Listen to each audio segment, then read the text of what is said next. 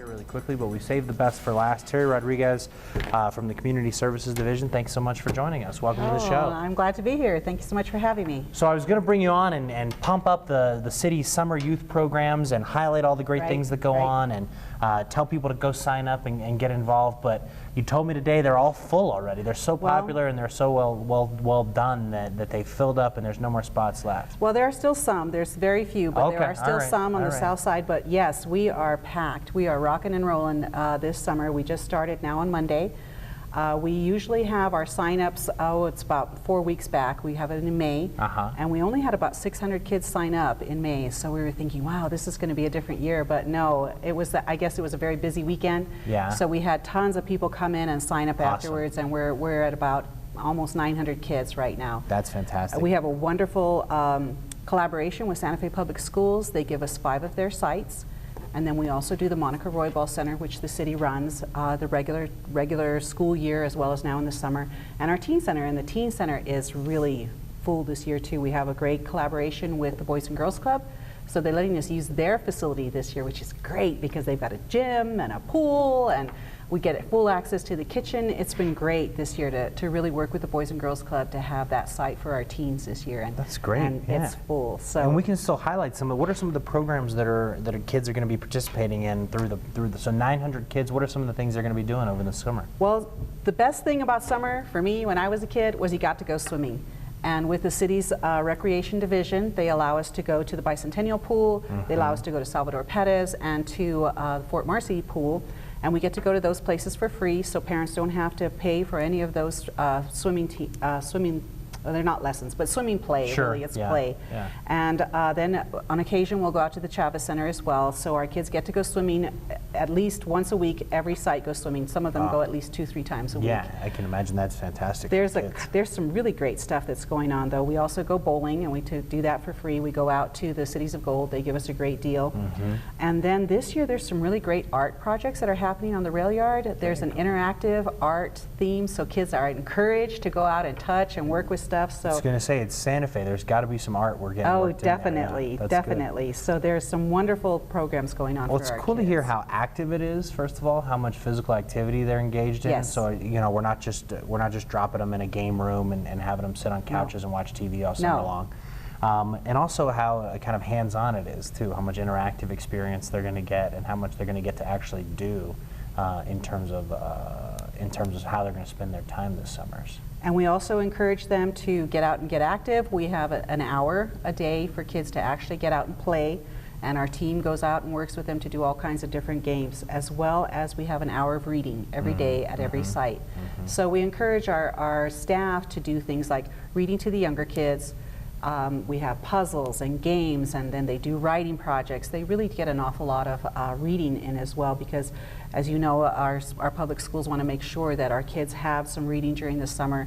So along with the public libraries, huge, beautiful program for reading in the summer, our kids also read all summer long. That's great. That's great. And so kind of one of those things that I think is big in preventing that backslide over the summer that so many students wrestle with, so they're not having to try to catch up when they get back to school in August. Right. And and we want to make it fun. So we encourage our staff to do fun things with our kids, do plays, do acting, do songs and memorizing songs, those kinds of things. So they do an awful lot of fun things to keep kids engaged in reading during the summer. And how does it work? What are the ages that it's available to? Is it Monday through Friday? How does the summer program work? The summer program is Monday through Friday, 7:30 to 5:30, and we take kids 6 to 12 in all of those 6 sites, and then kids who are 13 to usually about 15, 16.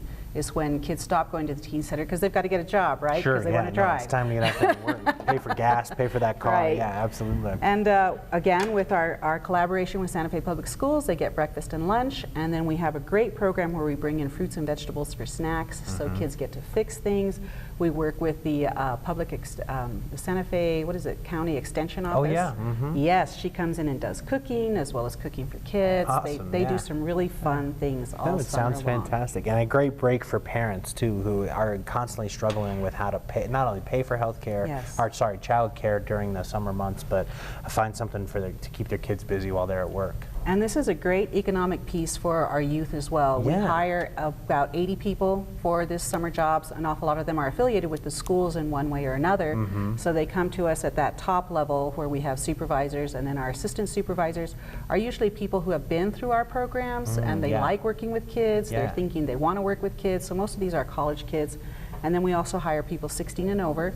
And if you're thinking you want a job for your child, you have to have them come and apply to us early in February. January, February is when we take those applications, because we do interviews during the summer break, during the spring break. And 80 jobs over the course of summer, that's no joke. You guys are having a pretty big economic impact then too. Yes, we do. We make those numbers for the state of New Mexico for hiring young people. Excellent. That's excellent. Good work. Good work. So turn the page a little bit. We're going to change things up and switch our topic a little here, because you're also here to talk about a pretty serious issue. A health issue that affects a lot of northern New Mexicans and a lot of New Mexicans all over the state, and that is cavernous angiomas. That's correct. All right, so tell us what this is all about. So and in my spare time, with my other job, right? Yeah, no kidding. I do the health work, and the city of Santa Fe had recognized this back in 2008. Cavernous angioma is a disease that affects the greatest number of northern New Mexicans and southern people living in southern Colorado, because the earlier Spanish settlers brought this genetically passed down disease. And cavernous angioma affects about 1,000 northern New Mexicans. And what happens is people mistake the symptoms and feel that it's like epilepsy or something else, because they're feeling seizures or they're feeling nerve damage and that kind of stuff. But because of our close ties to those Spanish ancestors, this cavernous angioma has been around for quite some time, and it occurs throughout the world. Sure. But the highest concentration of this occurring is in northern New Mexico. So we really want to spread the education on this, that people can get some more information. There's a national group that meets, and in fact, I just pulled this off, that the Angioma Alliance is doing things where they're going to be able to have people do the genetic testing, because unfortunately that's what happened for a lot of folks, is that they checked with their insurance and the insurance wouldn't pay for this genetic testing because it's so rare, like all the rest of the world.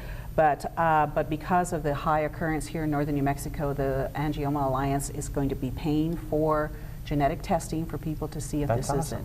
So the reason we're bringing it up again this year is because our federal delegation, Senator Tom Udall specifically, has asked for additional funding for this. He's going to be asking to set up 3 sites across the country, kind of spread out, you know, east, west, and then UNM has taken the lead here in New Mexico to do this research, because they have an awful lot of people who come in with these type of symptoms that look like they're neurological symptoms, and then they end up finding out that it's cavernous angiomas. So it's just really, really great that Carmichael Dominguez is sponsoring this resolution that's going to come before City Council to ask to support this federal legislation that's going to go up for funding. They're calling it the CCM CARE, and CARE is all in caps. I'm sure that's an acronym for something. For something, yeah. Who knows? It's the CCM CARE Act. So it's going to be great if we can get that additional funding for UNM to work with our population in Santa Fe and northern New Mexico. Well, and it's just fascinating that there could be something that affects so many people and is a genetic disorder that's passed down generation after generation, but that is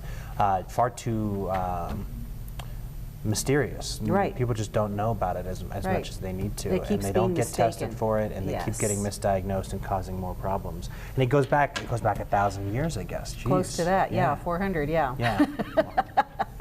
And longer than that over in the rest of the world as well. Yeah, exactly. Interesting. So, okay, great. So how do people, once, you know, presuming these sites get set up, the funding comes through, how will people find out more about how to get tested and how to access the funding? Well, unfortunately what happens is they start showing symptoms of it, you know, and so if they haven't had this testing done before, they start showing up with some neurological types of, you know, just even tingling down your arm, that sort of thing.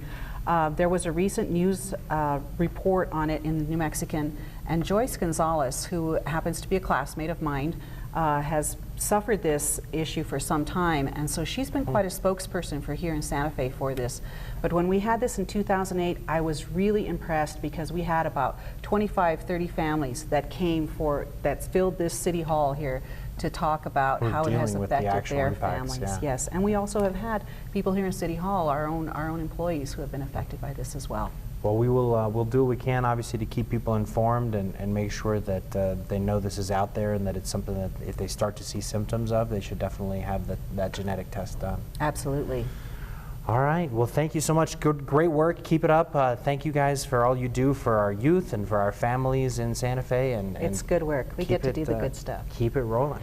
Excellent. All Thank right. you. Thank you so much, Thank Terry. you. We'll see you soon. Talk to you soon.